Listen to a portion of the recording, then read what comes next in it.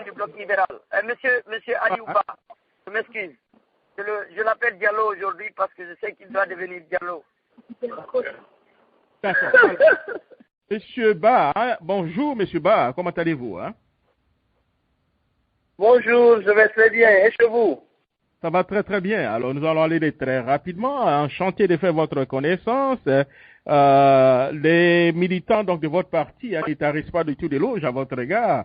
On nous dit que vous êtes certainement la génération montante et tout ce qui est bien au niveau donc de la politique guinéenne. Alors, avant certainement de rentrer de plein pied dans le débat, est-ce que vous pouvez brièvement vous présenter hein? Qui est donc Monsieur Aliouba? Oui, merci beaucoup de m'avoir invité.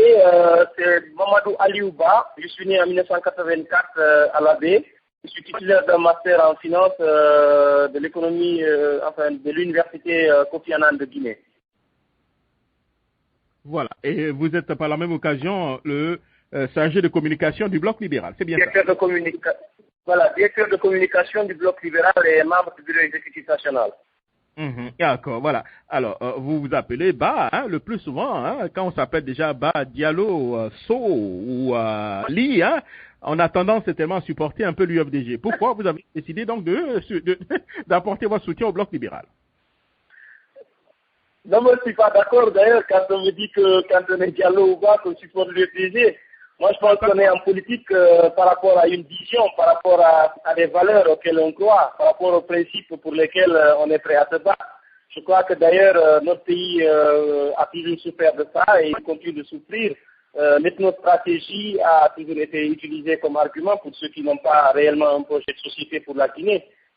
Si nous sommes aujourd'hui en politique, à travers ce parti, le Bloc libéral, c'est parce que nous pensons qu'à l'issue du diagnostic qu'on peut faire, 50 ans déjà de léthargie pour notre pays, c'est un véritable échec. Donc, ce qui veut dire que la manière dont on a toujours procédé en République de Guinée, à travers la gouvernance, nous pensons que c'est un échec au regard du résultat que cela a donné.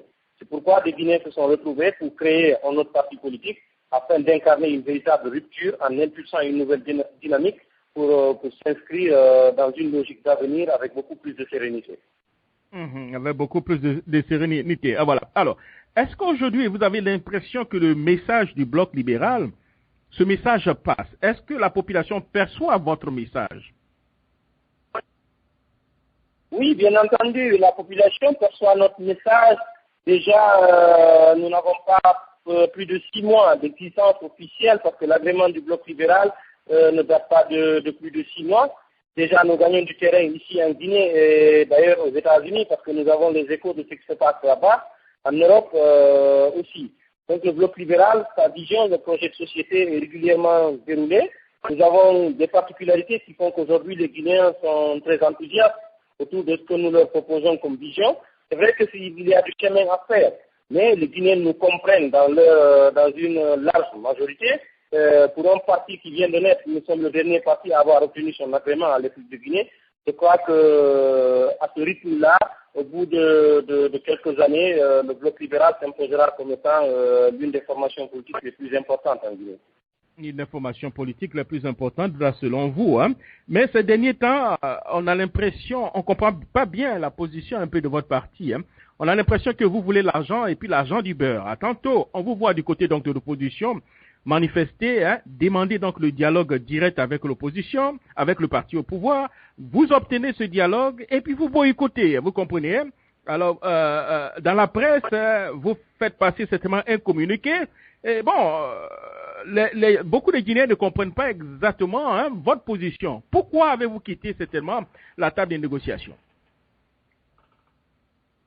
Là, nous avons, en ce qui concerne la table de négociation, il faut se souvenir que c'est à l'issue de violences politiques qui ont émaillé les manifestations de rue que nous avons eu la responsabilité d'organiser ici à Conakry et dans certaines villes de l'intérieur du pays pour exprimer notre désaccord par rapport à la manière dont le processus électoral ici est mené, par rapport aux velléités dictatoriales qu'il y a déjà ici de la part de M. Alpha Condé et de son gouvernement. Donc nous nous sommes retrouvés au sein de l'opposition pour essayer de discuter et faire en sorte qu'on puisse faire barrage à une nouvelle dictature en République de Guinée. Les manifestations ont été organisées, elles ont été caractérisées par beaucoup de violence, il y a eu une répression sauvage de la part des autorités, ce qui nous a valu environ 55 morts. Et nous nous sommes dit qu'il est temps d'aller à la table de discussion pour essayer de nous entendre sur ce qui nous divise aujourd'hui. Mais malheureusement, ce cadre de concertation n'a pas été à la hauteur de nos attentes, il faut le dire. Nous avons participé aux 2 premiers jours des discussions au niveau de ce cadre de concertation. Mais nos remarques nous ont fait comprendre qu'il n'y avait pas un équilibre au niveau du temps de parole qui était réparti par M. Lucien Fall, qui est le ministre des Affaires étrangères, qui était désigné par le gouvernement pour répartir le temps de parole. Il n'y avait pas un équilibre entre les leaders politiques de la mouvance et de l'opposition. Par exemple, pour ceux qui sont étiquetés critiques, comme Dr Faya Milimono, comme Mokhtar Diallo, qui sont des leaders aujourd'hui qui tiennent coûte que coûte à ce que nous soyons dans un pays où la loi est respectée.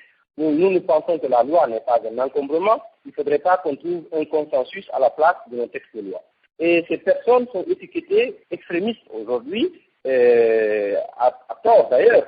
Et c'est pourquoi on ne leur donnait pas la parole. Et en plus, avant le démarrage de ce cadre de concertation, nous avions dit que le préalable le plus élémentaire serait de libérer enfin les militants qui sont en prison. Et la promesse nous a été faite de libérer ces personnes. 38 ont été libérés sur 50. Donc, mathématiquement, il restait 12 personnes qui étaient toujours en prison parce que les autorités les qualifiaient de loubards et qu'on nous a fait savoir que leur cas prêtait à conclusion et il était question de procéder à des vérifications. Déjà, on avait un doute de la part du gouvernement en ce qui concerne sa bonne foi. Quand ces personnes ont été injustement arrêtées, et d'ailleurs la plupart de ceux qui sont arrêtés et qui sont aujourd'hui en prison ont été arrêtés dans leur domicile. Il y a même des personnes qui sont malades qui se retrouvent parmi les arrêtés. Donc, une fois, le gouvernement nous a promis de les libérer, mais après leur procès, et qu'il y aurait une grâce présidentielle qui serait prise allant dans le sens de leur libération. Ça nous a donné à réfléchir. Nous nous sommes dit, comment se fait-il que des personnes qui soient injustement arrêtées et qu'on nous promette déjà qu'ils seront graciés, ce qui veut dire qu'ils sont condamnés d'avance. Nous nous sommes dit que cela n'est pas possible, dans la mesure où un principe élémentaire du droit dit que toute personne arrêtée avant de comparaître devant une juridiction est présumée innocente. Donc, il y avait des doutes à ce niveau. Et pourquoi libérer 38 sur 50, les 12 autres qui continuent de rester en prison, nous avons dit que nous ne pouvons pas cautionner cela. Il est question pour nous que tous les militants qui sont arrêtés dans le cadre des manifestations politiques qu'on a eues en République de Guinée, qu'ils soient libérés.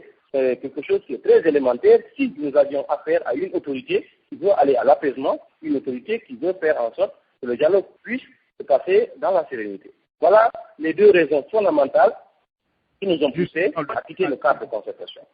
Oui, justement, le Bloc libéral a milité pendant au moins 2 ans pour avoir ce dialogue direct avec l'opposition.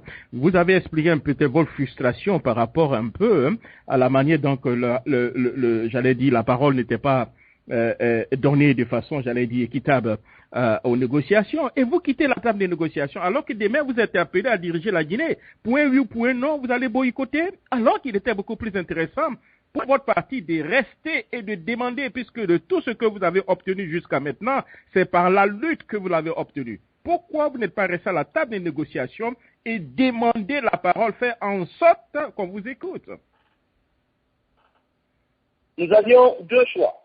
À notre avis, soit continuer et cautionner un processus qui allait s'acheminer vers un résultat qui ne pouvait pas résoudre le problème des Guinéens dans le court et dans le long terme, ou bien claquer la porte et dire aux uns et aux autres, notamment les Guinéens et puis la communauté internationale, pour quelles raisons nous avons quitté le cadre de concertation. D'ailleurs, au résultat que cela a donné, nous commençons à comprendre que le Bloc libéral a vu juste.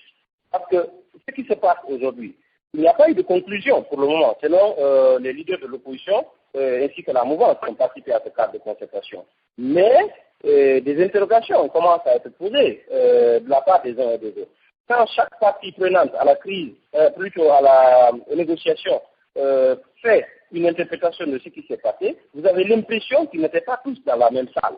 Parce que du côté de la mouvance, on dit que nous nous sommes entendus, nous avons accepté que le vote des Guinéens de l'étranger, que les Guinéens de l'étranger votent. Nous avons toujours pensé, et nous avons toujours soutenu, le Bloc libéral l'a toujours fait, que le vote des Guinéens de l'étranger ne doit pas être mis sur une table de discussion politique. C'est irresponsable. Pourquoi? Parce que le législateur guinéen a réglé cette question à travers l'article 63 du Code électoral de la République de Guinée. Donc, c'est un acquis de 2008 où il y a eu un combat pour que les Guinéens de l'étranger puissent être répertoriés et qu'ils puissent exercer un droit de vote, et que ce statut aujourd'hui est remis en cause pour des raisons que nous ne comprenons pas. Nous avons pensé qu'on ne peut pas soustraire un article de nos textes de loi pour mettre sur une table de discussion politique. Souvent que le législateur a délibéré à ce niveau, il n'était pas question pour nous de reculer ou bien de compromettre ce statut. Donc aujourd'hui, on nous fait croire qu'il y a eu une concession de la part de la mouvance en ce qui concerne les biens de l'étranger. Nous pensons que c'est absurde. Alors, mieux vaut de remettre sur la table tous les textes de loi en République du Guinée pour parler de consensus entre les différents acteurs politiques. Donc nous avons pensé que ce n'était pas du tout responsable. En ce qui concerne Weymark, ils se disent qu'ils se sont entendus sur Weymark. Nous avons pensé qu'aucune sécurité ne peut être mise autour de Weymark qui puisse nous rassurer. Déjà, Weymark est venu de façon frauduleuse en République du Guinée. Il y a eu plusieurs versions de la part des autorités. Dans un premier temps, M. Alpha Condé avait dit aux Guinéens et au monde entier que c'est le président Jacob Zuma qui lui a offert le kit de Weymark. Il est revenu en deuxième position, après beaucoup de pression, pour dire que le kit de Weymark a coûté à la Guinée 16 millions de dollars. Et il y a une autre troisième version qui a été mise sur la table. Finalement, on se demande laquelle croire. Donc, par rapport à toutes ces confusions, et ce que Weymark a coûté en termes de manifestation, parce que pratiquement toutes les revendications de l'opposition tournaient autour de Weymark, ça nous a coûté aujourd'hui plus de 50 morts. Donc, pourquoi est-ce qu'il faut maintenir Weymark et essayer de lui administrer les médicaments régulièrement parce que c'est un corps malade, alors que la Guinée a la possibilité de recruter aujourd'hui un nouvel opérateur. Nous sommes dit que pour le cas de Weymark, ça ne nous rassure pas qu'on mette Weymark au devant. Et Weymark figure sur une liste noire des Nations Unies par rapport aux opérateurs de CISI. C'est pourquoi nous ne comprenons pas la démarche même du facilitateur. Comment se fait-il qu'il puisse représenter une institution dans la sous-région et qu'il nous recommande un opérateur déjà qui est sur une liste noire des Nations Unies, c'est-à-dire parmi les opérateurs de CISI qu'il faut éviter. Donc nous avons peur qu'il y ait une crise post-électorale parce que nous ne souscrivons pas à l'idée d'avoir n'importe quelle élection. Parce que n'importe quelle élection ne peut pas résoudre pour autant les problèmes de la Guinée. Nous pensons que, quel que soit le temps dont on aura besoin, il faudrait que les uns et les autres mettent bas la terre pour que les gens comprennent qu'on doit aller nécessairement à une véritable élection législative qui va nous donner un résultat qui est le reflet de la volonté du peuple de Guinée. Voilà les choses auxquelles nous croyons. Alors, parmi les 50 personnes qui étaient donc emprisonnées de l'opposition, est-ce que vous avez dénombré au moins des militants donc, de votre parti parmi ces 50 personnes? Non, nous n'avons pas fait cet exercice parce que nous estimons que ce n'est pas nécessaire. Ici, quand les Guinéens sont victimes de violence, quand les Guinéens sont réprimés, quand la dignité des Guinéens sont bafouées, plutôt, nous ne pensons pas qu'il faut chercher à comprendre l'étiquette politique ou l'appartenance ethnique ou régionale de celui qui est victime. C'est-à-dire, si on est en politique aujourd'hui, on doit se battre pour des valeurs. Donc, que ce soit des militants d'un parti politique de l'opposition, du bloc libéral ou d'un autre parti politique, nous pensons qu'il s'agit de Guinéens qui étaient dans l'exercice d'un droit qui leur est reconnu par leur constitution, qu'il n'est pas normal qu'ils soient mis en prison pour avoir fait des manifestations politiques. Donc, l'étiquette des militants ne nous intéresse pas. Nous pensons que les Guinéens, à un certain moment, doivent être traités de la même manière, surtout quand ceux-ci sont victimes d'un acte de répression ou bien quand on les empêche d'exercer un droit constitutionnel. D'accord. Alors, M. Ba, je vous ai posé cette question, puisque les grands ténors, permettez-moi l'expression, donc de l'opposition, à savoir l'UFDG, l'UFR et autres, ont décidé d'aller à la table des négociations. Et là même, l'UFDG a dit que la majeure partie des personnes qui étaient donc emprisonnées étaient donc les militants de son parti. Ils ont décidé d'aller à la table des négociations parce qu'ils ont pensé que la contradiction majeure en ce moment, c'était un apaisement afin donc d'aller aux élections. Vous avez considéré la contradiction majeure comme un peu les personnes qui étaient encore emprisonnées. Alors, certaines personnes disent que vous vous cachez derrière ces 12 personnes afin donc de saboter le processus, afin de ne pas aller aux élections parce que vous-même vous n'êtes pas prêt. Tel n'est pas le cas. Les gens sont libres de penser cela. Mais nous, au Bloc libéral, je crois que je viens de vous un véritable exposé des choses auxquelles nous croyons. C'est-à-dire cela ne nous déstabilise pas. Nous, on ne peut pas croire pour l'instant qu'il faut que ce soit un militant du Bloc libéral puisse mériter une action de la part de l'opposition. Souvenez-vous, Dr Faya Milimono, qui est le leader du bloc libéral, est une personnalité politique aujourd'hui qui est vue comme étant un homme transversal, un Guinéen tout court. C'est-à-dire pour tout ce qui est eu en Guinée, comme répression des droits humains, comme violation des droits humains, Dr Faya Milimono s'est érigé en homme pour que ces Guinéens soient respectés dans leur dignité, pour que les droits de ces Guinéens soient respectés. Donc voilà le combat que nous pensons. Nous pensons qu'il faut aller au-delà de manière d'étiqueter les victimes. Les gens qui se sont battus pour que soit libéré quand il était en prison n'étaient pas tous du RPG. Ils n'avaient pas tous une sensibilité pour le RPG. Il y avait même certaines personnes qui ne connaissaient le RPG. Mais quand il est allé en prison, il y a eu des Guinéens. Il y a des personnes, même au-delà de la Guinée, qui se sont battus parce que c'est des gens qui croyaient à la démocratie, qui croyaient aux droits humains et qui pensent que personne ne pouvait être emprisonné aujourd'hui pour ses opinions politiques. Donc, les gens se sont battus et ça continue. Aujourd'hui, même dans certains pays, quand on parle de Aung San Suu Kyi ou on parle des grands leaders de ce monde, il y a des gens, quand ils sont réprimés, que des gens se disent, écoutez, c'est pas normal que cela se passe ainsi parce qu'il n'a commis aucun crime. Donc, M. Alpha Condé a bénéficié de ce soutien sans pour autant que les gens soient de son parti. Donc, à un certain moment, il faut dépasser l'appartenance ethnique, il faut dépasser l'appartenance politique pour pouvoir mettre en place la dimension droit de l'homme par rapport à toutes ces questions-là. D'ailleurs, le bloc qui fait partie à dire que nous ne sommes plus d'accord de réflexion, qu'on fasse des marches et qu'on ait communication de questions électorales. M. Alpha Condé ne peut pas avoir mandat pour tuer les Guinéens. Il est question pour nous aujourd'hui en sorte que la dimension des droits de l'homme soit la véritable revendication de l'opposition. Et je crois que la dernière marche a eu comme slogan plutôt la dénonciation des violations des droits humains en République de Guinée. Je considère cela déjà comme étant une avancée. Alors, M. Ba, est-ce que vous êtes sûr qu'on parle certainement du même pays, de la Guinée, hein, alors, puisque les acteurs de la vie politique et puis les observations que nous voyons tous les jours, hein, c'est un peu une politique tribalisée, ethnilisée et puis j'allais dire régionalisée, hein. Alors bon, vous voulez vous mettre un peu au-delà un peu de tout ça. Est-ce qu'on peut pas dire que vous êtes certainement un peu arrivé un peu trop tôt en Guinée, hein? Non, nous ne pensons pas. Déjà, c'est à l'issue d'un véritable diagnostic que nous nous sommes engagés en politique. Si déjà nous voulions faire comme les manières qui nous ont conduit à ce résultat, je crois que le mieux serait de faire comme tout le monde. Nous ne sommes pas arrivés d'ailleurs, ces choses auraient dû être faites depuis fort longtemps. Nous regrettons que la Guinée continue d'être dans cette léthargie, mais nous pensons qu'un espoir est permis aujourd'hui. D'ailleurs, le Guinéen qui nous étiquette aujourd'hui pense que le bloc libéral est le parti de l'espoir. C'est-à-dire nous nous battons pour que les Guinéens nous comprennent d'abord avant de porter le choix sur le bloc libéral, avant de nous accompagner dans notre combat. Donc nous ne sommes pas venus un peu plus tôt. Vouloir le dire, c'est penser que peut-être la Guinée n'est pas suffisamment mieux pour s'engager dans une nouvelle dynamique. Et pourtant, je crois que la Guinée a trop souffert. 50 ans, c'est un demi-siècle de retard. Ce pays, par rapport à toutes ses potentialités, ne mérite pas ce qui est en train de lui arriver aujourd'hui. Et si nous permettons qu'une nouvelle dictature se mette en place en République de Guinée, ce qui veut dire que l'avenir de ce pays sera compromis pour les 50 prochaines années. Nous ne le voulons pas et nous nous battrons pour que cela n'arrive pas. D'accord. Alors, tout à l'heure, dans votre présentation, vous avez dit que le bloc, par rapport aux conclusions de l'accord, vous avez dit que le bloc libéral commence à avoir certainement raison. Est-ce qu'on ne peut pas dire que vous êtes en train de souhaiter l'échec de ces négociations afin de vous attirer donc la sympathie donc, du peuple guinéen? Non, nous n'avons pas ce type de calcul derrière la tête. En réalité, si les Guinéens nous comprennent comme ça, tant mieux. Mais de toutes les façons, je vous ai dit que nous nous battons pour faire la promotion des valeurs républicaines. C'est-à-dire, quand il s'agit d'appliquer la loi, je pense qu'il n'y a aucune complaisance possible.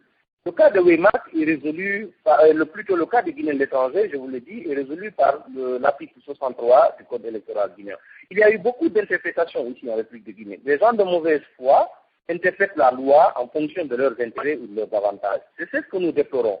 Il est question pour nous de mettre en place une institution, parce que nous souscrivons au discours d'Obama à Accra, qui dit que l'Afrique n'a pas besoin d'hommes forts, mais d'institutions fortes.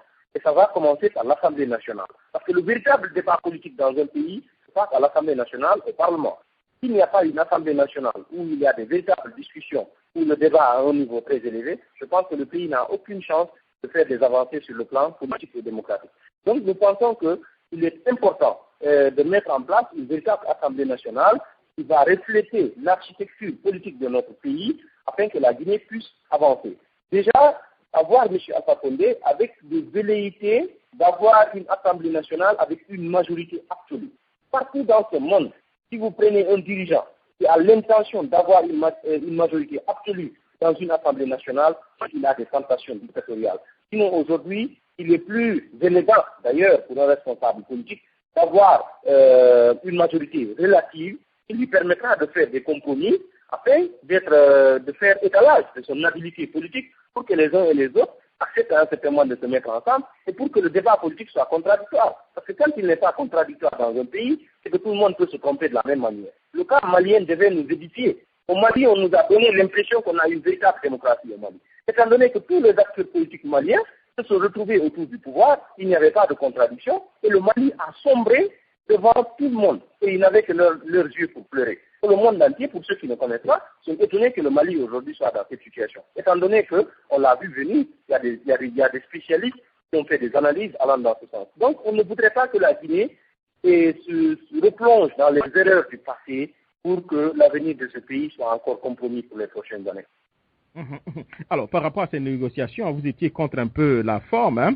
Bon, et le fond est là. Alors, le plus souvent on dit quand le vin est tiré, il faut le boire. Alors, que reprochez-vous actuellement un peu à l'accord qui a été obtenu? Certaines personnes disent, bon, le bloc libéral a mis devant donc les négociations la valeur humaine, l'être humain, les 12 personnes qui sont emprisonnées avant donc d'aller aux négociations. Alors, certaines personnes disent même depuis que les négociations ont commencé, il n'y a pas du tout de mort à Conakry, hein, que c'est déjà une très bonne chose. Alors, que reprochez-vous réellement au fond, c'est-à-dire les accords qui ont été donc, en guillemets, les pré-accords qui ont été déjà obtenus, hein, que reprochez-vous à ça?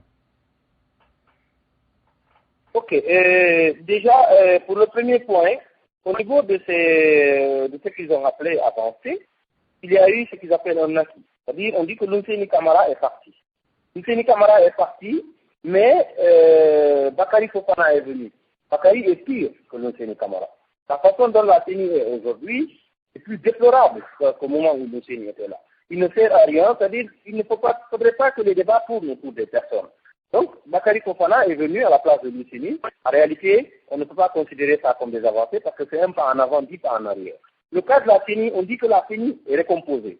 À l'époque de la recomposition de la CENI pour mettre en place un schéma paritaire, nous avions alerté aussi nos amis de l'opposition. Nous leur avons fait comprendre, au lieu que les 10 personnes, les 10 commissaires qui devaient aller à la CENI au nom de l'opposition ne doivent pas être choisis en fonction de leur appartenance pour qu'on fasse un système de quotas entre les partis politiques. Il faudrait plutôt définir le profil des personnes qui pouvaient représenter ces partis politiques et choisir ici en République de Guinée des gens qui peuvent même être apolitiques ou qui appartiennent à la société civile ou qui sont ici en Guinée des personnes ressources qui peuvent correspondre à ces différents profils pour que ceux-ci puissent représenter l'opposition et qu'ils puissent se battre en interne en tant que commissaire pour faire fonctionner normalement la CENI. Tel n'a pas été le cas. Il y a eu une répartition des postes de commissaires, les partis politiques se sont taillés des postes et finalement il y a un blocage à ce niveau parce qu'il y a une CENI dans une autre. Il y a la CENI de Bakary Fofana, une histoire de copains, parce qu'ils défendent ensemble les mêmes intérêts, ils reçoivent des instructions de la présidence, et une autre CENI qui siège à la plénière, mais dont les autres commissaires de l'opposition n'ont pratiquement pas d'informations. Ils comprennent rien et toutes les décisions sont prises sans pour autant qu'ils soient consultés. Le cas de la CENI, ok. Le troisième élément, c'est le vote des Guinéens de l'étranger. Je reviendrai toujours là-dessus. Nous avons pensé que la mouvance ne peut pas avoir la prétention d'avoir fait une concession sur ce point. Parce que tout simplement, c'est un élément de nos textes de loi qui a été soustrait pour être sur une table de négociation. C'est inadmissible. Si vous êtes dans une république, vous appliquez la loi dans toute sa rigueur. Quitte à plaire ou à déplaire à qui que ce soit, c'est pas ce qui est important. La loi mérite d'être appliquée si on est dans une république. Je pense que nous sommes dans une république et nous ne sommes pas dans une jungle. Donc, le quatrième élément, c'est le cas de Weimar. Il y a eu une déclaration de la part de nos amis de l'opposition, c'est là où nous estimons qu'ils sont en train de commettre la plus grave erreur. Et il est de notre responsabilité d'attirer leur attention par rapport à cet aspect. on dit que Weimar est neutralisé dans une certaine mesure et qu'ils ont la possibilité de recruter un cabinet pour être présent et pour s'assurer que l'influence de Weimar sera diminuée dans le processus électoral. Ils ont bien utilisé l'expression diminuée, c'est-à-dire la capacité de nuisance de Weimar ne peut être que réduite. Comment peut-on admettre cela? Si on est conscient déjà que Weimar a une capacité de nuisance, il n'est pas question de réduire cette capacité, il faudrait plutôt mettre quoi dessus. Parce que nous avons toujours constaté qu'en Afrique ces derniers temps, toutes les crises politiques qui débouchent à des violences et des tueries de masse, c'est des crises post-électorales. La Côte d'Ivoire en est un exemple. Les élections de 2010 se sont passées et il y a eu une crise post-électorale terrible qui a coûté plus de 3000 morts aux Ivoiriens. Jusqu'à présent, c'est un pays qui se cherche. Ils sont à la quête de leur repère. Le Kenya également, en 2007, ça leur a coûté beaucoup de morts, ces crises post-électorales. Et si on peut se servir de ces exemples pour anticiper des éventualités comme ça ici en République de Guinée, je crois que ce serait intelligent, ce serait responsable. Donc nous pensons que Weimar a toujours cette capacité de nuisance et l'un des plus grands pièges, c'est de nous dire que Weimar, les prérogatives de Weimar se limitent à l'établissement du fichier électoral. Quand le fichier électoral est mauvais, vous ne pouvez pas espérer quelque chose au niveau de la centralisation. Vous ne pouvez pas espérer quelque chose au niveau des étapes supérieures. Parce que c'est le fichier électoral qui est important. C'est la qualité du fichier et la fiabilité du fichier qui sont les paramètres les plus importants dans une élection. Si maintenant, l'opérateur qui est chargé de faire ce fichier-là déjà fait l'objet de doutes, il a été démontré et par le PNUD à travers son rapport, et par l'OIF à travers son rapport, que Weimar comporte que des insuffisances, et qu'on nous dise d'accepter Weimar d'aller à des élections, moi je pense que le peuple de Guinée aujourd'hui se sent désemparé. Les gens se sentent piégés. Moi j'étais à l'intérieur du pays, je viens d'arriver à Conakry, j'ai fait une tournée dans la Basse-Côte, j'ai écouté les Guinéens. Aujourd'hui ils se posent trop de questions. Il ne faudrait pas que nous continuions d'évoluer, de naviguer en vue. Parce que le tableau politique guinéen n'est même pas sombre, il est obscur aujourd'hui. Les gens ne savent pas ce que demain sera fait. Alors, donc si je vous comprends bien, est-ce qu'on peut parler donc d'une trahison de la cause par certainement vos leaders, puisque je parle de vos leaders de l'opposition. Est-ce qu'on peut parler de la trahison en ce moment? Pourquoi des leaders qui... Non, je n'employerai pas l'expression. Je n'employerai pas l'expression trahison. Je crois que c'est un peu trop fort. Mais nous pensons et nous avons alerté, nous avons pris une responsabilité pour dire à nos amis de l'opposition et à nos aînés que vous avez emprunté un chemin qui ne vous mènera pas à bon port. Faites très attention. M. Alpha Condé a toujours pris des engagements. Si ça n'intéresse que les engagements, je crois que la Guinée serait déjà un pays émergent. Si ça n'intéresse que les discours, le pays n'a connu que des discours. De Sékou Touré et Alpha Condé, la Guinée a toujours connu les beaux discours. Ça n'a servi absolument à rien. Et déjà avant même la conclusion au niveau de ce cadre de concertation, la mouvance présidentielle dit qu'on s'est entendu que, d'abord l'opposition dit que Weimar sera remercié au lendemain des élections législatives. De l'autre côté de la mouvance, ils disent qu'il appartiendra à l'Assemblée nationale qui sortira des urnes, c'est-à-dire avec ses législatives, de statuer sur le cas de l'opérateur qui nous conduira aux élections de 2015. Vous voyez combien de fois il y a un piège? Parce qu'une Assemblée nationale qui se mettra tout de suite en place et qui sera au service d'un individu, c'est-à-dire M. Alpha Condé, avec une majorité écrasante au Parlement, il va se tailler tous les textes de loi qui peuvent faire de lui un homme qui sera président en vie. Il y a à ce niveau une situation d'alerte. Parce que tout simplement, cette Assemblée nationale se mettra à son service comme celle qui était là au temps d'Aboubacar Somparé, comme celle qui a prévalu pendant tout le premier régime. Donc nous pensons qu'il serait plus intelligent pour nous, Guinéens, de prendre nos responsabilités pour que les erreurs du passé, nous ne les commettons pas aujourd'hui. Parce que ça va nous compromettre pour les années à venir. Donc, dire qu'il appartiendra à l'Assemblée nationale qui sortira de ses urnes de statuer sur l'opérateur de saisie pour 2015, moi je crois qu'accepter cela, c'est tromper. Alors, vous avez beaucoup critiqué, on dit la critique est beaucoup plus facile. Dans le cas concret, pas certainement dans la théorie, dans le cas présent, alors qu'est-ce que le Bloc libéral propose enfin pour qu'on puisse sortir des crises? Pas proposer pour rendre certainement le livre beau, mais pour qu'on puisse sortir des crises, pour que le parti au pouvoir puisse accepter, pour que l'opposition puisse accepter, pour qu'on parte aux élections. Qu'est-ce que vous proposez concrètement? Il faut savoir qu'avant ce jour, nous avions eu une série de propositions quand déjà la situation commençait à dégénérer. Nous avions pensé que si nous en sommes là aujourd'hui, c'est parce que la crise est plus profonde que le dessin que nous sommes en train de faire. Il faudrait repenser un certain nombre d'aspects. C'est-à-dire qu'il faut corriger certaines imperfections qu'il y a au niveau de notre Constitution qui souffrent d'un problème de légitimité. Parce qu'il y a des articles de la Constitution guinéenne qui prêtent à confusion. Il faudrait essayer de l'améliorer dans certains aspects, notamment par rapport au mode de scrutin pour les élections législatives. Nous avons pensé qu'il faut mettre en place une véritable administration électorale et non une série de circonstances. Est-ce que vous m'entendez, M. Ba? Oui, je vous écoute. C'est un peu la théorie. Je vous entends très bien. Voilà, je dis bien pratiquement, pratique, il faut être soyons un peu pratique, hein, c'est-à-dire la proposition que l'opposition va accepter, que le parti par pouvoir va accepter pour que nous puissions sortir de l'impasse. Je ne dis pas ce que vous avez mis sur papier, mais des propositions que les deux camps vont accepter. Oui, mais ce sont des propositions qui en réalité sont pratiques. Si toutefois il y a de la volonté de la part des uns et des autres de les mettre en application. Bien sûr, parce qu'il faudrait poser, vous savez, Jacques Roger, oui, je vous suis. Je dis, vous avez bien dit s'il y avait la volonté, alors que malheureusement, il n'y a pas de volonté. Il y a la mauvaise foi dans tout ça. Alors justement, c'est pourquoi les négociations sont aussi difficiles. Alors il faut penser d'abord à corriger cette mauvaise foi, parce que nous avons toujours pensé qu'il faut ramener la confiance entre les acteurs. Ça passe d'abord par l'application de nos textes de loi.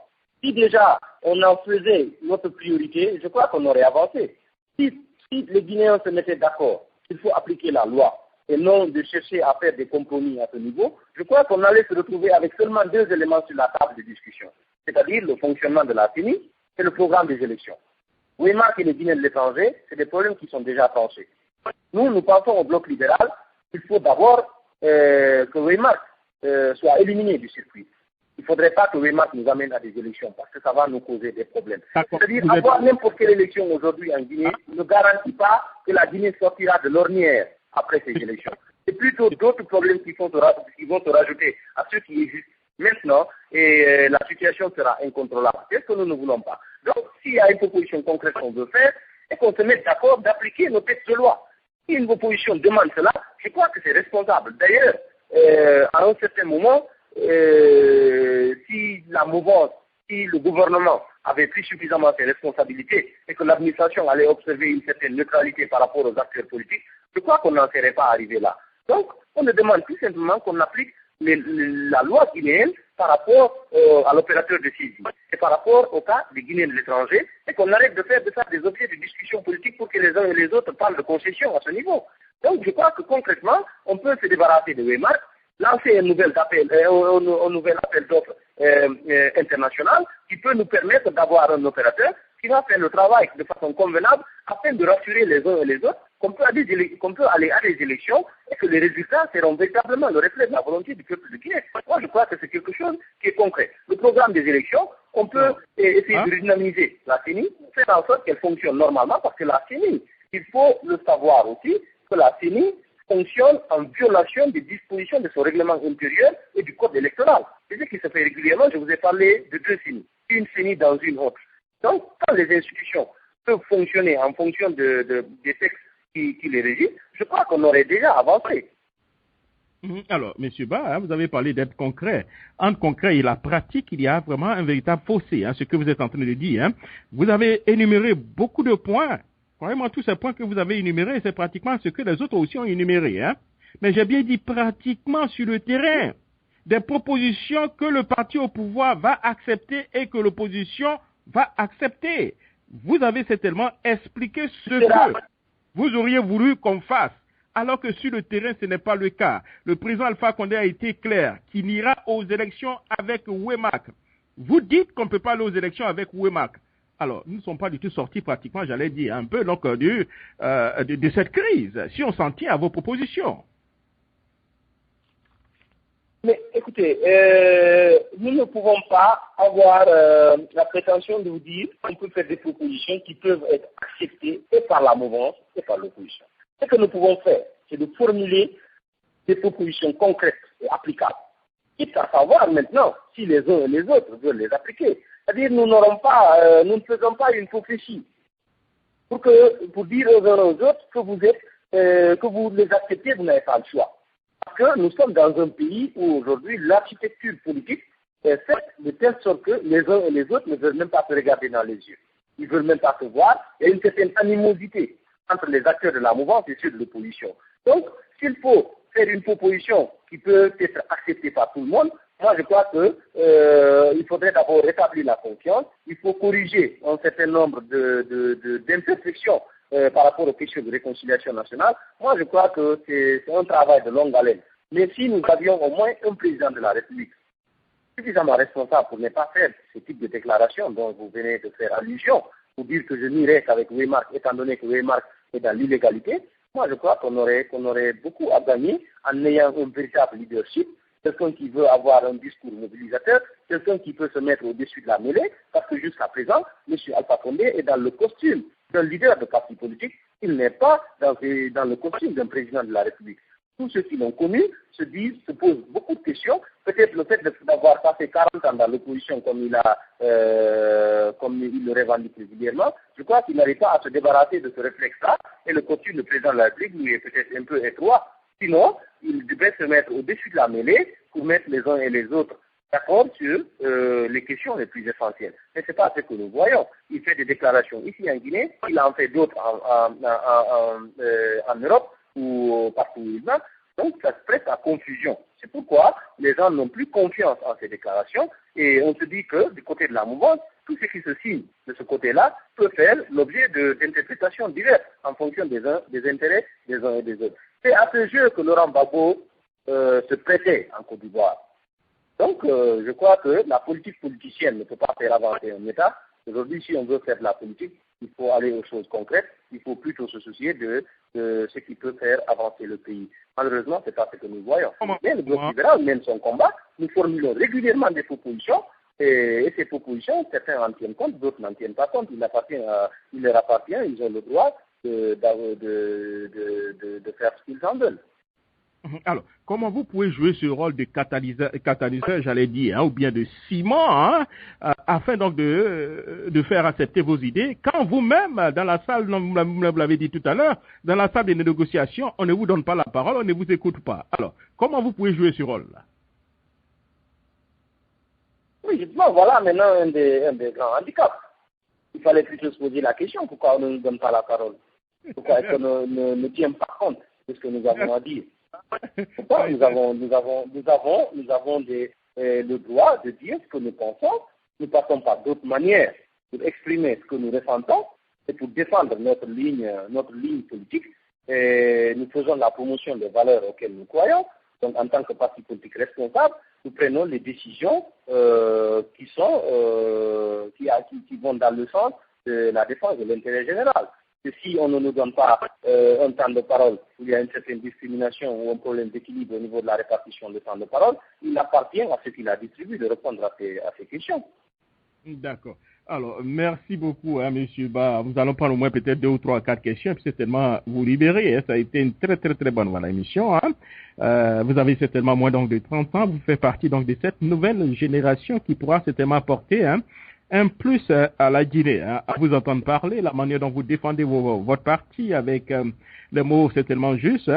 Alors, ce qui veut dire que peut-être que les années à venir, il y aura certainement un vrai bon débat actuellement en Guinée, et c'est ce que nous souhaitons d'ailleurs. Alors, restez en ligne, nous allons certainement prendre peut-être 2 ou 3 personnes et puis vous libérer. Je sais que vous serez réguliers à nos émissions, puisqu'on aura toujours besoin donc du point de vue donc du bloc libéral. Voilà, on était tellement habitués à voir peut-être nos amis, messieurs, ceux donc des États-Unis. Bon, de temps en temps, je crois que ça sera très bien donc d'avoir votre input depuis donc Conakry. Alors, ce que nous allons faire, Ibrahim Diallo, est-ce que vous voulez certainement placer un petit mot, avant donc de prendre au moins 2 ou 3 réactions donc des auditeurs? Voilà, Jacques, c'est juste pour vous faire l'honneur que le président du BEL aussi est en ligne, donc il est en train d'écouter le débat. Et surtout de féliciter notre collègue parce qu'il a fait vraiment une excellente intervention. Et vous voyez, aujourd'hui, j'ai reçu beaucoup de textes messages ici qui m'ont indiqué que vraiment, ils ont été vraiment ravis de l'exposé de notre collègue. Donc, Alors vous allez comprendre la question que vous l'aviez posée pour dire que bon voilà qu'il faut obligatoirement que nous fassions des propositions concrètes que les uns et les autres vont aimer. Il vous a vraiment bien répondu. Je vais juste mettre un accent sur ça parce que le problème aujourd'hui qui se pose, le point central aujourd'hui, il y a une crise de confiance au niveau des acteurs de la scène politique nationale. C'est ça le problème. Donc, en fait, il y a une mauvaise volonté. Quand il y a une mauvaise volonté, Jacques, vous ne pouvez pas obliger les gens à accepter coûte que coûte la proposition. En fait, si vous avez constaté, aujourd'hui on est en train de parler du gouvernement d'union nationale, on a dit qu'il y a certains leaders, M. Sidia Touré, en personne même qui est venu demander l'arrêt des marches, et toutes ces propositions-là ont été faites par le bloc libéral. Mais ça n'a pas été tenu en compte, je ne sais pas par complexe ou par quoi. On nous a toujours considérés comme une jeune formation politique, alors que ce qu'on devait voir, en réalité, c'est ce que le bloc libéral pouvait apporter à la Guinée. Donc, pour ne pas trop m'allonger, je vous dis, Jacques, la réponse à votre question, il y a un manque de volonté aujourd'hui au niveau des acteurs de la scène politique nationale. C'est ce que nous sommes en train de rectifier, et le jour que ça sera rectifié, je pense effectivement que la Guinée va voir le bon chemin. Donc, encore une fois, je remercie M. Aliouba et je remercie vraiment tous les membres du BL, encore les militants et sympathisants et les Guinéens. Oui, allô Jacques? Merci pas. Il va prendre d'abord le baptême de feu, d'abord avant qu'il parte. Voilà, des questions, vraiment, des auditeurs, deux ou trois questions. Voilà, oui, allez-y, il est prêt à répondre aux questions des Guinéens. Il est là pour ça. Merci. Le président du BL aussi en ligne. Ouais. Alors, le point que j'avais voulu faire tout à l'heure, Ibrahim, je crois que nous allons revenir un peu sur ce point. Il s'agit donc de faire des propositions de sortie de crise, pas des propositions, j'allais dire, dithyrambiques, qui sont bien sur le papier, mais ça ne nous fait pas avancer. Vous n'êtes pas au pouvoir, et comme le disait Afin Guessan, quand on n'est pas au pouvoir, on n'a pas le pouvoir. Celui qui détient le pouvoir, c'est le président Alpha Condé. Il va falloir faire des propositions qui, lui et son parti, pourront certainement accepter, et l'opposition, pour pouvoir sortir des crises. Sinon, si nous restons pratiquement par rapport avec vos propos, vos propositions, qui sont très très bien sur le papier, est-ce que ça peut nous permettre donc de sortir des crises? Voilà la question qu'il faut se poser. Mais je reviendrai avec vous tout à l'heure pour parler. Alors, oui, allô? Oui, Jacques. Oui, allô? Je disais cet idéal que vous êtes en train d'exprimer, exprimer un idéal de faire une proposition que le président Alpha Condé peut accepter aujourd'hui. La seule qui peut accepter aujourd'hui avec soi, c'est de lui dire qu'on peut aller avec Wimark. Là, je vous garantis qu'il va sourire et il sera très content parce que avec Wimark, il sait que tout ce qu'il a planifié pour mettre en place, tout ce qu'il a planifié pour être le seul, ou bien un parti État en Guinée, je crois que ça peut se réaliser avec Wimark. Parce que si l'institution la plus importante de la République, qui est l'Assemblée nationale, avec Wimark, il a toute la garantie. Donc la seule proposition, comme vous le dites, qu'il peut accepter avec foi, c'est celle de lui dire qu'on est d'accord, qu'on peut aller avec Wimark. Et c'est ce que nous ne ferons pas. Le bloc libéral ne va pas souscrire à une telle proposition. Parce que les propositions qui se font, si c'est pour plaire aux uns et aux autres, je crois que la Guinée ne va pas avancer avec ça. On ne doit pas continuer de jouer seulement avec les humeurs des uns et des autres. Ça, c'est pas important. Il faut mettre la nation au-dessus de la mêlée. Ce qui peut faire avancer la Guinée dans la durée, au nom d'avoir des solutions de court terme. C'est ce qui nous a toujours rattrapés. À chaque fois qu'un problème se pose, on a des solutions de court terme et le problème, il revient sous une forme beaucoup plus amplifiée et nous ne pouvons plus la gérer. Depuis combien de temps la Guinée fait des manifestations politiques? Parce que depuis le début des années 2000, la Guinée est un pays instable. Pourquoi est-ce que ça continue? C'est parce que le véritable diagnostic n'a jamais été posé. Si maintenant il faut tenir compte des humeurs des uns et des autres pour faire des propositions, je crois que notre pays ne va jamais avancer. C'est pourquoi nous ne voulons pas accepter que M. Alpha Condé, pour qu'on lui fasse plaisir et lui dire qu'on peut aller avec Wimark. C'est ce que nous ne ferons pas. Donc la seule proposition aujourd'hui qu'il peut accepter avec foi, c'est de lui dire qu'on est prêt à aller aux élections législatives avec Wimark. Et c'est ce que le bloc libéral refuse justement de faire. Il est de notre responsabilité de refuser quand nous pensons que ce n'est pas bon, quand nous pensons que c'est compromettant pour l'avenir de notre nation. Oui, malheureusement, en politique, c'est de transformer pratiquement l'impossible parfois en possible. Hein. Et comme on le dit, c'est la triste réalité au moins, la saine appréciation des réalités un peu du moment. Je comprends votre point de vue. Hein. Ce que vous êtes en train de dire sur papier, je peux vous donner au moins, comme on appelle, 20 sur 20 sur papier. La proposition, 20 sur 20 sur papier. Mais sur le plan pratique, voilà.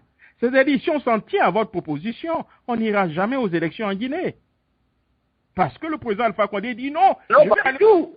Une minute. Je vais aller aux élections avec Wemac. Vous dites non, nous on ne va pas aux élections avec Wemac. Quel moyen vous avez aujourd'hui pour amener le président Alpha Condé à aller aux élections sans Wemac? À part la rue, à part la pression de la rue. Quel moyen vous disposez?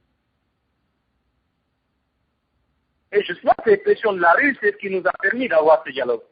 Et ce dialogue aurait été très important s'il s'organisait de manière beaucoup plus responsable, en tenant compte des avis des uns et des autres et en ayant plus de responsabilité dans le choix des points dont il faut discuter. Et malheureusement, ce n'est pas le cas. La Guinée a la mauvaise réputation d'être le pays des occasions ratées, des opportunités perdues. Et une fois de plus, nous sommes dans cette dynamique. Il nous appartient, à nous, les leaders politiques, de faire en sorte que cette situation ne continue pas. Si l'opposition avait fait bloc pour dire que Wemac ne peut pas nous conduire à des élections, et les Nations Unies ne peuvent pas nous mettre une pression pour nous dire d'accepter ce qui n'est pas bon. On se met d'accord à l'international que quelque chose n'est pas bon pour un pays, mais on nous recommande ça en Guinée. Pourquoi est-ce qu'il faut continuer dans cette dynamique-là? Pourquoi les Nations Unies ont mis Wemac sur une liste noire? Et on nous dit aujourd'hui que Wemac, on peut bien aller avec Wemac, mais il faut corriger, c'est possible de soigner Wemac, il faut lui donner un bras, il faut lui donner un pied. Wemac souffre du diabète et de la tuberculose, mais écoutez, ça ne marche pas. Ça ne peut pas nous permettre d'avancer. Et aujourd'hui, tout est réuni pour qu'on ait une crise post-électorale avec des conséquences imprévisibles. Donc, il est question pour nous d'anticiper, de dire aux uns et aux autres, attention, si nous allons dans cette direction, nous sommes en train de nous tromper. Si nous allons dans cette direction, nous n'arriverons pas à bon port.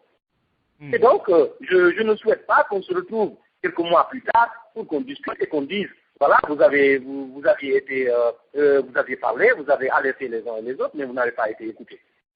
Donc, c'est dommage, si nous ne sommes pas écoutés aujourd'hui. Je rejoins Ibrahim, qui d'ailleurs a parlé d'une attitude qu'il ne comprend pas de la part de certains acteurs politiques. Il n'est pas question de dire que parce que nous sommes une jeune formation politique, qu'on ne doit pas nous écouter. C'est un complexe. Il faut qu'on se décomplexe aujourd'hui. Ce n'est pas le critère d'âge ou d'ancienneté qui définit la solidité d'une formation politique. On peut venir jeune en politique. Vous êtes dans un pays qui est dirigé aujourd'hui par le président Obama. Donc c'est un exemple dont tout le monde s'inspire aujourd'hui. D'accord. Alors, merci, monsieur Ba. Nous allons prendre deux questions et puis certainement vous libérer. Voilà, je vais directement du côté donc de monsieur Sidiki Keïta, qui est lui certainement proche du président Alpha Condé. Voilà. Sidiki, allez-y pour votre question. Voilà. Bonsoir, mon frère Jacques Roger. Je dis bonsoir à l'auditoire. Bonsoir. Voilà, Jacques, j'aimerais faire un petit pas en arrière pour... Non, on n'a pas trop de pas en arrière. Okay. Faisons des pas devant. Il n'y a pas de problème. Le jeune qui vient de parler là, vraiment, je l'apprécie beaucoup. Bon, j'aimerais lui donner quelques conseils. Puisque nous sommes dans le débat, on ne va pas forcément dire le jeune. Il est donc le porte-parole. Donc, enfin, je dis. Le porte-parole, comme il avait 84 et puis Kofi Annan. L'âge n'a rien à voir dans le débat. Ce sont ces idées qu'on va prendre à contre-pied. Mais l'âge n'a pas. Je lui conseille, c'est le bon moment de se ressaisir. Parce que le bloc libéral est un camp refusé de l'UFD des extrémistes. Donc le jeune là il est très bien. Au lieu d'aller au bloc libéral, il n'a qu'à changer son camp à partir de maintenant, parce que le bloc libéral est déjà sale. Les responsables du bloc libéral, par exemple Ibrahim Diallo, est là, il ne fait qu'insulter les gens sur les antennes. Fayam Midimolo, le plus grand menteur des oppositions, exagéré quand même. Allez-y, posez la question et puis voilà. Voilà. Ma question est que si vous voulez vous battre pour être l'avenir de la Guinée, est-ce qu'il n'est pas bien d'arrêter de rejeter tout, aller en négociation, même si vous êtes en retard, mais aller négocier avec les autres pour que la Guinée quitte dans tout ce problème qu'on est en train de vécu depuis longtemps. Donc, c'était ma question. Et encore une fois, il n'a qu'à quitter dans le cas réfugié de l'UFDG extrémiste pour répondre à les vrais opposants. J'aimerais dire un petit peu. En réalité, M. Sidi qui vous reproche d'être un parti donc de Mr. No, hein, le parti No, voilà, enfin. Il vous reproche cela.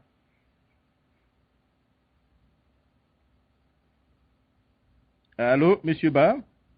Allô, Jacques? Oui, ah oui, oui. Allô? Oui, Jacques, je suis en ligne. Voilà, vous avez compris sa question? Oui, j'ai écouté sa question, il y avait quelques interruptions. Je crois que si j'ai bien compris, il me suggère de changer de parti. Bon, je considère que ça n'a pas de sens. Du moins que mes engagements ne concernent pas quelqu'un d'autre, ce sont des convictions à moi, c'est personnel. Donc je ne tiens pas compte de ce conseil, malgré tout le respect que j'ai pour M. Sidiki. Certainement, il doit être du RPG, ils ne sont pas très élégants, RPG. Hein. Donc, je pense qu'il me dit que le mieux serait d'aller autour de la table de discussion afin de proposer des choses concrètes. Je crois que de long en large, nous avons eu à débattre de ça tout de suite. Je dis la seule proposition concrète qu'on peut faire et qui peut plaire à M. Alpha Condé et que nous ne ferons jamais, c'est de lui permettre d'aller aux élections avec Weimar. Donc, nous pensons que nous avons formulé suffisamment de propositions. C'est maintenant aux acteurs politiques et de la mouvance et de l'opposition de ne pas nous voir comme étant une jeune formation politique, mais plutôt nous voir comme étant un parti politique dans son entièreté et faire en sorte que nos propositions fassent l'objet d'examination. C'est-à-dire, à chaque fois que nous faisons des propositions ici en Guinée, d'ailleurs, c'est pas la première fois, et nous le faisons régulièrement par rapport à tous les cas qui se posent ici, à chaque fois que nous faisons des propositions, les uns et les autres doivent comprendre que ces propositions ne sont pas dogmatiques. Mais dans un pays normal, nous ne proposons ni la Bible ni le Coran. Mais il est question que les autres nous répondent avec d'autres propositions contradictoires. Au lieu d'aller dans le sens d'un débat qui fustige les personnes, j'ai écouté tout de suite celui qui m'a posé la question, adresser un terme qui est vraiment inapproprié à un homme responsable, à Dr Faya Milimono. Je trouve que c'est dans la même dynamique quand M. Alpha Condé qualifie les opposants guinéens de chiens, il les qualifie de tortues. Moi, je crois que c'est des dirigeants d'une autre époque. M. Alpha Condé est dépassé, c'est pourquoi il utilise des termes de ce genre. Mais nous, ça ne nous dérange pas, ça ne nous déstabilise pas. Le bloc libéral continue son chemin, nous sommes prêts à mener le combat, nous savons pertinemment que c'est extrêmement difficile d'instaurer la démocratie dans un pays, surtout comme celui de la Guinée, et après 2 ans et demi d'exercice du pouvoir par M. Alpha Condé, la déception est totale ici en Guinée. Pour tous ceux qui croient aux valeurs de la démocratie et pour ceux qui sont soucieux de l'instauration d'un état de droit en Guinée, ils sont déçus de M. Alpha Condé et de sa gouvernance. Nous pensons que c'est possible d'incarner une rupture, c'est possible de proposer aux Guinéens une nouvelle vision, une autre manière de faire de la politique, au lieu que les uns et les autres s'insultent, au lieu que les débats soient centrés autour des personnes, ou bien qu'on fasse des avantages aux uns et aux autres en fonction de leur humeur. Donc, nous continuons le combat. Le bloc libéral mène son combat. Nous ne sommes pas contre une formation politique en particulier. Nous ne fustigeons personne, mais nous défendons nos idées, nous défendons nos visions, nous nous battons pour les valeurs auxquelles nous croyons. Voilà le message. Alors, pour dire que donc les partis politiques auront certainement du pain sur la planche avec ce bloc libéral, hein, voilà, parce que vous ne le voyez du tout, hein. Certainement. Oui. Voilà, nous comprenons pourquoi actuellement, je vois qu'on parle d'une petite guerre entre vous et puis l'UFDG. Hein? Alors, on va permettre certainement à un cadre de l'UFDG certainement de vous poser une question. Il s'agit donc de M. Safa Tunkara qui nous appelle depuis. Hein? Je crois, Safa, bon, je crois qu'il ne sera pas content. Hein? J'ai oublié l'état où il est. Je suis indien, oui, mon frère. Alors, Safa, vous avez certainement l'un des responsables donc, du bloc libéral depuis Conakry qui répond à nos questions. Avez-vous une préoccupation ou bien une petite question pour lui? Hein? Bon, écoutez, merci Jacques et merci à tous ceux qui sont sur l'antenne et merci au bloc libéral. Pour moi, je vais faire une petite présentation au niveau du dialogue politique. Je pense que quand on parle d'un dialogue politique qui a été tout à fait inclusif, il faut mettre les choses dans leur contexte. Je pense, d'abord, il faut qu'on soit très clair sur un point. L'UFDG et le bloc libéral ne sont pas des partis adversaires.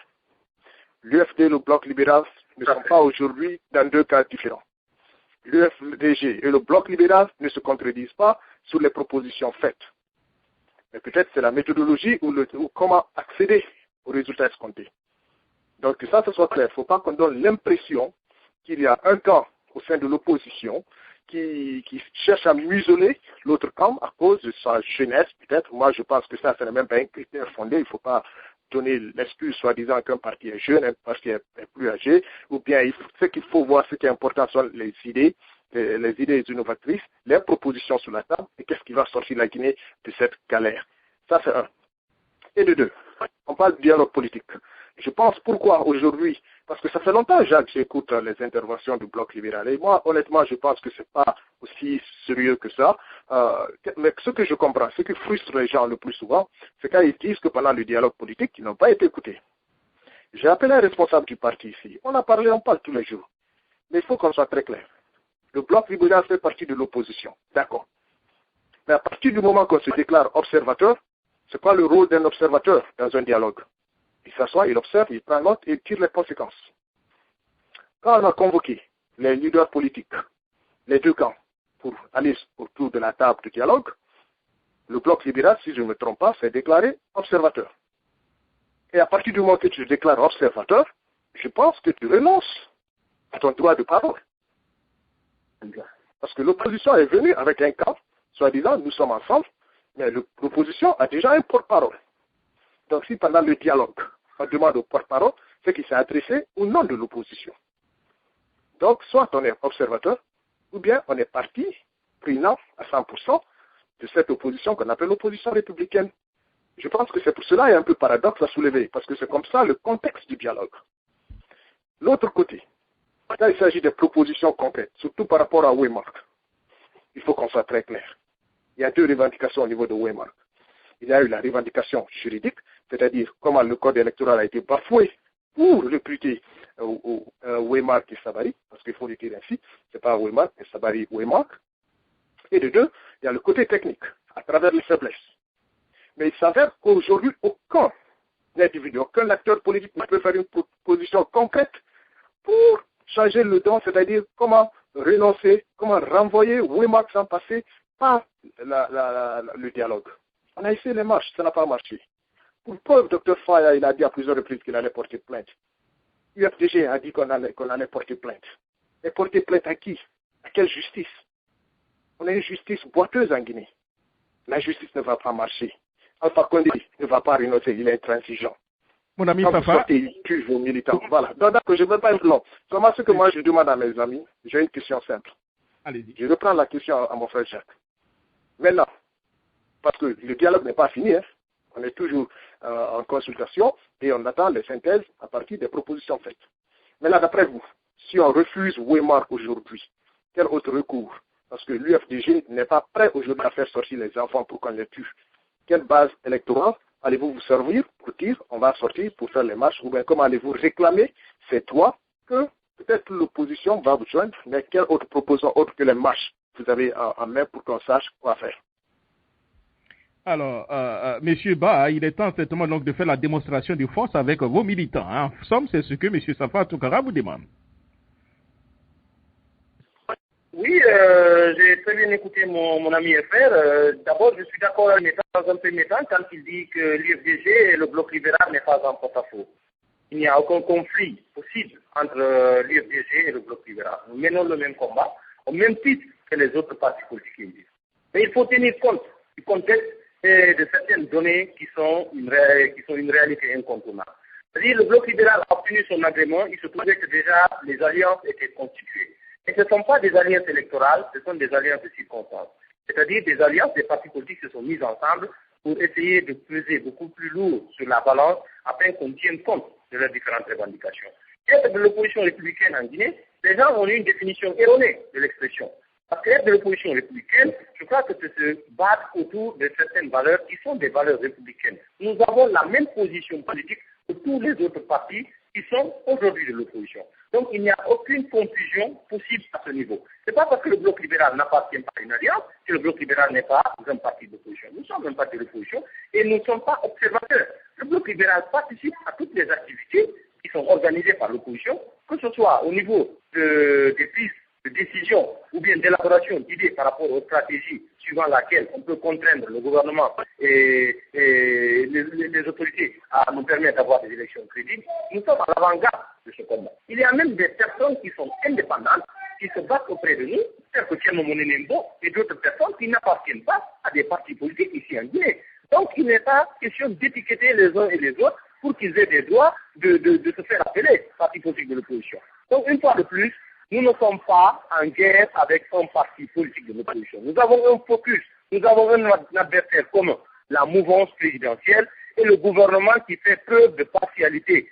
Le gouvernement fait le choix de soutenir la mouvance dans ses propositions. Donc je voulais lever l'équivoque. Il n'y a pas de confusion, il n'y a pas de désaccord ou de guerre entre oppositions. Certes, nous avons des divergences, nous sommes d'accord, parce que la manière de procéder, je crois qu'il y a une certaine différence. Ils pensent qu'il faut aller avec Waymark et se rassurer avec la sécurité et les promesses qu'il y a eu autour. Nous pensons que ces sécurités-là ne peuvent pas nous donner suffisamment de garanties pour que Waymark puisse nous conduire à des élections. Donc, il y a des divergences de ce type. Mais fondamentalement, nous sommes d'accord sur beaucoup de choses. Toutes les marches, nous les avons organisées ensemble. Donc, voilà, je voulais rebondir par rapport aux propos de mon cher ami, qui d'ailleurs a suffisamment explicité ce point.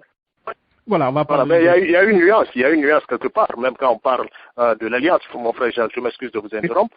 Mais écoutez, comme on n'a pas assez de temps, voilà, donc je disais seulement, l'alliance même, l'opposition républicaine, c'est autour des revendications que nous sommes retrouvés ensemble. C'est pas autour des idéologies républicaines, au fait. Non, pas du tout. C'est à partir des revendications. On a trouvé une conformité entre les différentes revendications. On s'est dit, on se met dans un camp, en sous-bas. Et comme moi je l'ai dit, soit on est observateur, ou bien on est parti prenant à 100%. Et quand on est observateur, on observe, on tire conséquences. C'est tout, merci. Je vous promets, on reviendra tout à l'heure dans le commentaire. Voilà. Nous allons libérer ce thème. On ferait prendre une dernière question. Alors, une avant-dernière question. L'autre question que nous avons dans l'auditeur de M. Mamadou, il aimerait savoir si avec l'accord que nous avons maintenant, si les deux partis finalisent l'accord, est-ce que vous, le Bloc libéral, va boycotter les élections ou bien vous allez aller à ces élections, malgré vous? Pour le moment, il n'y a pas d'accord. Je crois que nos amis de l'opposition l'ont réaffirmé à plusieurs reprises. Le dialogue est en cours. Nous, c'est pourquoi nous avons pris nos responsabilités pour leur alerter qu'il y a un piège qui est là. Et ils ont tout le temps de réfléchir et de revenir sur un certain nombre de points. Donc, nous pensons que du moment qu'il n'y a pas une conclusion, on ne peut pas se déterminer par rapport aux élections pour le moment. Le Bloc libéral essaye de se battre pour alerter les uns et les autres.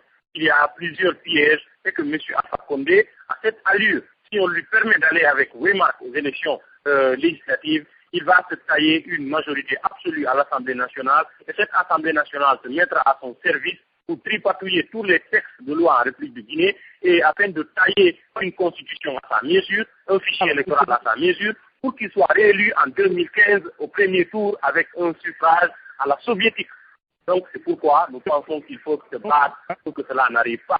Nous avons le temps de rectifier des erreurs qui sont commises.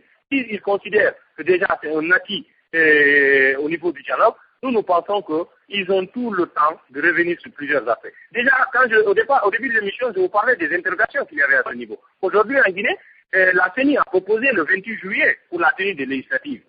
Donc, l'opposition déjà se retrouve demain, si je ne me trompe pas, pour essayer de discuter autour de l'illégalité de ce pacte. Parce que, selon nos textes de loi, si les élections programmées le 30 juin sont annulées, il faut 60 jours pour convoquer une autre date, c'est-à-dire dans 60 jours. Si déjà la CENI se met encore dans l'illégalité, étant donné qu'on parle de cette CENI et que cette CENI a fait l'objet de tous les débats au niveau de ce cadre de concertation, ce qui veut dire que nous avons avancé d'un pas, mais nous en avons reculé de 10.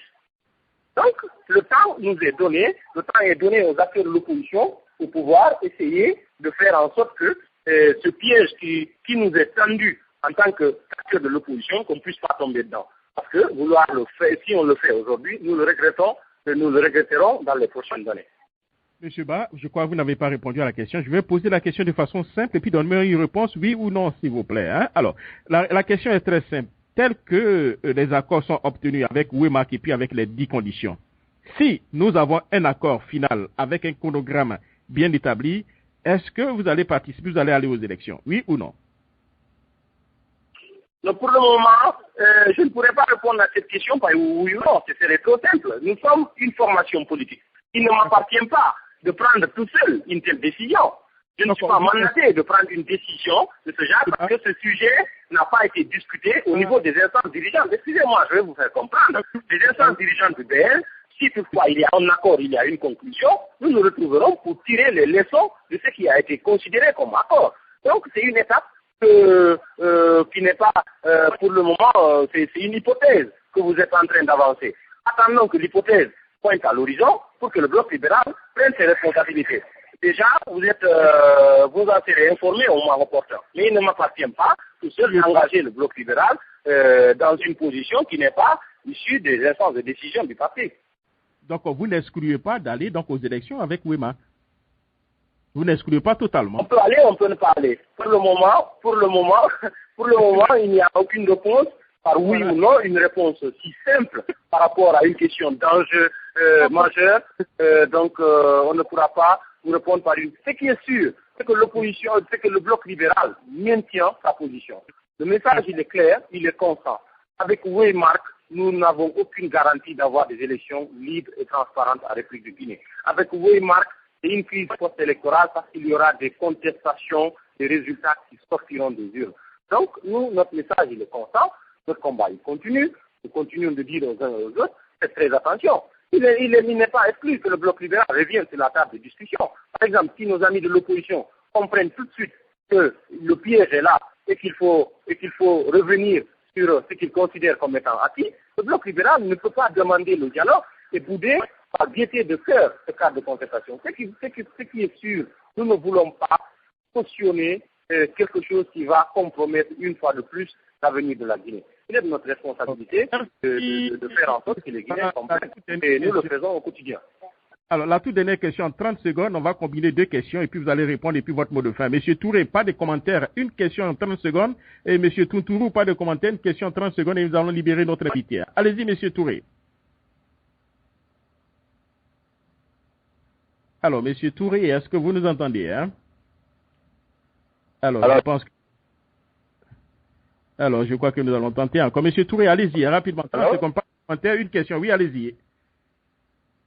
Ah, ok. Bonsoir, M. Ba. Ma question est que Aya est déterminé, raison pour laquelle il a créé son parti. Parce qu'il a vu son président AD de la MGR se rapprocher du président Alpha qui lui proposait, selon ses idéaux, il pouvait travailler avec lui. M. Dalen vient de faire la même déclaration. Il est prêt à prendre ses distances avec M. Dalen et il y a une violation aussi du code électoral.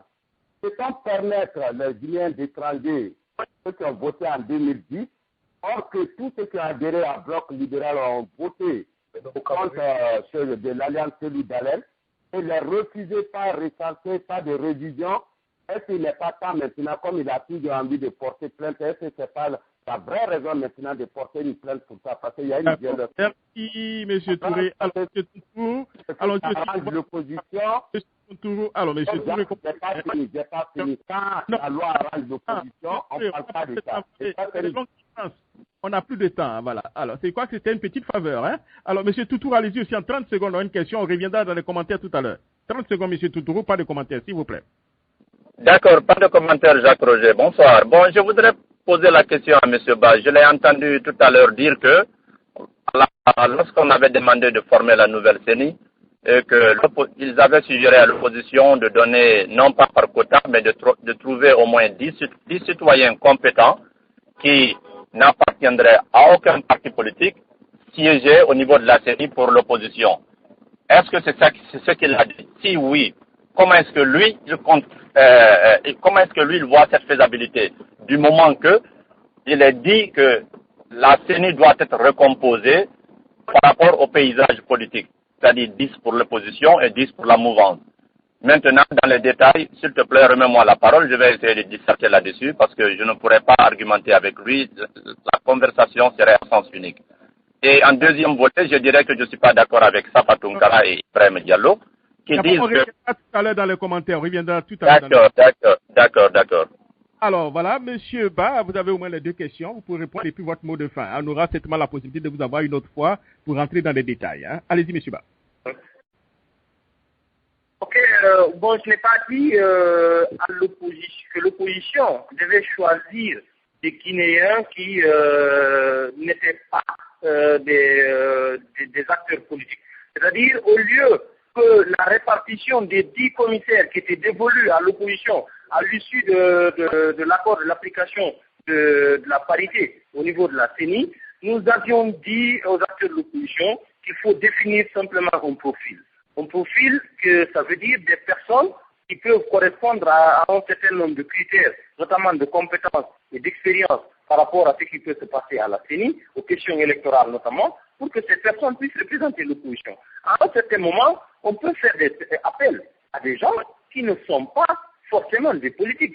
C'est une hypothèse. Il peut se trouver aussi que ces personnes peuvent appartenir évidemment aux partis politiques. Mais il ne fallait pas amener n'importe qui à la CENI. Ce qu'on voit aujourd'hui, par exemple, regardez le représentant de la GECI, le commissaire qui est issu de la formation qui est la GECI, qui est à la CENI.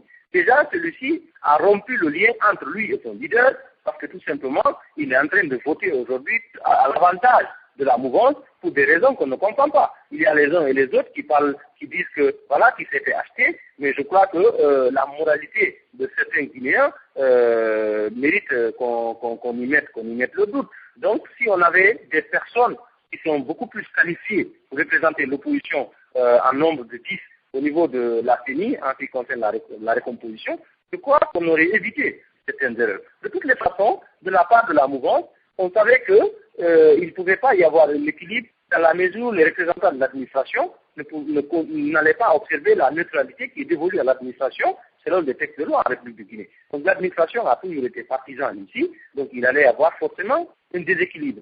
Donc c'est pour vous dire une fois de plus, à chaque étape de l'évolution du processus, le bloc libéral a toujours pris ses responsabilités pour formuler des propositions et alerter nos autres amis de l'opposition, parce que nous menons le même combat. Je le réaffirme qu'il n'y a pas du tout de guerre entre un parti politique et l'opposition. Nous avons un focus sur la mouvance. Donc, le bloc libéral n'a pas fui ses responsabilités et nous avons toujours pensé qu'il faut formuler des propositions et dire aux uns et aux autres, attention, quand on fait cela, on a ça comme conséquence. C'est ce que nous continuons de faire. D'accord. Alors, encore une fois, M. Ba, ça a été un véritable régal de vous avoir ce soir. Hein. Je crois que vous avez certainement bien appris un peu, permettez-moi l'expression, hein, votre leçon. Ça a été un très très bon débat, très articulé, hein. Même si au niveau donc des réponses, voilà, nous ne sommes pas tombés d'accord sur beaucoup de points, mais ça a été un véritable régal de vous avoir ce soir. Hein. Alors, votre mot de fin, et puis peut-être nous allons vous avoir une autre fois. Merci beaucoup. Je suis très honoré, le Bloc libéral est très honoré de participer à ce Jacques Roger Show dont j'ai tellement entendu parler. D'abord, je vais commencer par vous remercier et je vais remercier tous nos militants et sympathisants aux États-Unis, en Amérique du Nord, au Canada, et pour tous ceux qui vous écoutent. Et une fois de plus, nous savons ce qu'ils sont en train de faire comme travail au niveau des États-Unis au nom du Bloc libéral. Je le remercie. Et en Guinée, le Bloc libéral se porte à merveille. L'implantation du parti continue. Moi, je reviens d'une tournée à Basse-Côte. Et aussi, notre vocation, nous faisons la promotion des valeurs républicaines. Et il faudrait que les Guinéens continuent de se battre pour éviter qu'on ait une nouvelle dictature en République de Guinée, quelle que soit leur sensibilité politique. Parce qu'il y a une chose autour de laquelle nous pouvons être d'accord. Nous souhaiterons que la Guinée aujourd'hui soit un état de droit. Nous souhaiterons que la démocratie s'implante enfin dans notre pays. Donc, les acteurs de l'opposition, avec le Bloc libéral, nous menons le même combat. Il n'y a pas de confusion possible. Donc, je salue tous nos militants des États-Unis et nous leur remercions pour tout le travail qu'ils sont en train de faire. Merci beaucoup. Voilà, merci beaucoup à M. Ba et portez-vous bien. À très bientôt. Hein. Au revoir. Merci, à très bientôt, Jacques Roger. Voilà, alors nous étions donc depuis Conakry avec donc monsieur Aliou Ba, qui est donc le chargé donc de communication, le directeur de communication du Bloc libéral. Nous avons fait donc le point donc de la situation sociopolitique donc en Guinée. Alors on nous signale que nous allons vous perdre pendant une petite minute. Je crois qu'on a notre invité. N'oubliez pas demain à partir donc de 17h30 à 17h30, 18h par là. Nous allons donc avoir monsieur Sadio Barry. Hein, ça sera une politique donc de shout-out. Il y a des positions ces derniers temps que bon, je n'arrive pas très bien à mettre maîtriser. Hein. Donc avec lui, hein, nous allons comprendre exactement hein, ses positions et aussi engager un débat avec lui. Ça sera donc demain aux environs donc, de 17h30 avec le grand Sadio Barry, donc des Guinée Presse Info. On m'a dit, voilà, je pense que M. Sadio doit être en ligne. Alors, on nous signale que nous allons perdre tout le monde pendant une petite minute. Nous vous perdons tous pendant une petite minute et nous revenons et nous allons donner peut-être 1-2 minutes à M. Sadio Barry de nous présenter donc l'émission donc de demain. Et ensuite, je crois qu'il avait été tout à l'heure un peu cité par M. Ben Daouda Touré. Il voulait certainement aussi faire donc une petite précision. Alors, donc nous revenons, hein, nous allons perdre tout le monde, récomposer et revenir. Nous allons donc avoir donc Monsieur Sadio Barry, hein, en une petite minute avant de l'avoir demain, et puis avoir donc vos commentaires. Ça sera donc dans une petite minute. Alors, un peu donc de musique, le temps donc de revenir dans le débat. The great flavor of a margarita is here, without any of the work. Bud Light Lime Lime-A-Rita is ready when you are, with a refreshing